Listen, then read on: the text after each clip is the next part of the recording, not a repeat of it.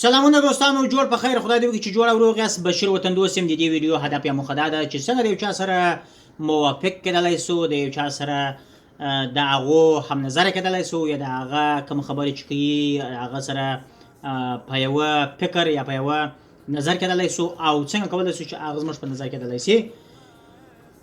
You are absolutely right.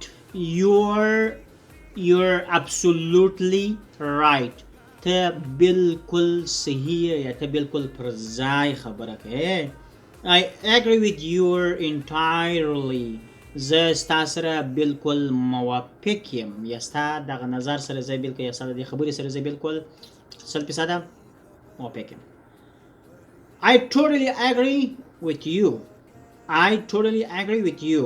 زه ستا سره بالکل موافق یم، یا بالکل ستا سره هم نظره یم.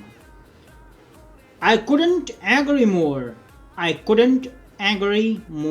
تر دې نو بالا زه نسم موافق کېدلی، یعنې دا په دې معنا چې زه ستا سره بالکل موافق یم. ستا خبره چې هر څه ته وایه همدغسې صحیح ده، زما او ستا نظر یو دی. Exactly. بالکل صحیح ده. Absolutely 100% بیخي دې صحیح خبره وکړه، زه سره همدغه فکر باندې یم. You're right.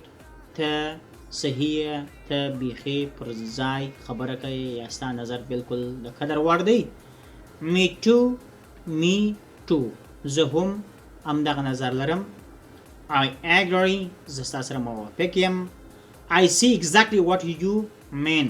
ستا په مقصد یا ستا په هدف باندې زه بالکل پوه سوم، یا هغه زما او ستا هدف چې دی هغه یو شانتې دی، یعنې فرق نشته سره، دواړه یو هدف یا یوه موخه لرو سره. That's exactly what I think.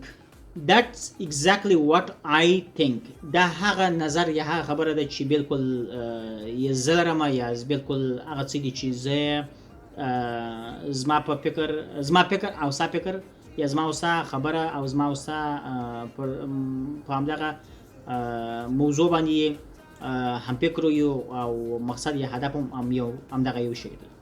نو څنګه ورته وایي That's exactly what I think. There is no doubt about it. په دې کې هیڅ شک نشته. There is no doubt about it. په دې کې هیڅ خبره نشته، هیڅ شک نشته. بالکل همدغسې لکه ته چې وایه، یا ته چې کوم نظر لرې یا کوم پلان لرې، زه په همدغه فکر او پلان باندې. نو دا د کله چې د یو چا سره غواړئ چې موافق اوسېږئ، او یا غواړئ چې د یو چا سره یو څوک درسره موافق اوسېږي، نو څه کوئ، دغه جملې استعمالوئ. که په کوم ځای باندې پوه سوي ناست، کولی شئ چې کمنټ راته راکړئ. ستاسو کمنټ ته به پر وخت جواب درکړم. دوستانو تر بلې ویډیو پورې د خدای په امان.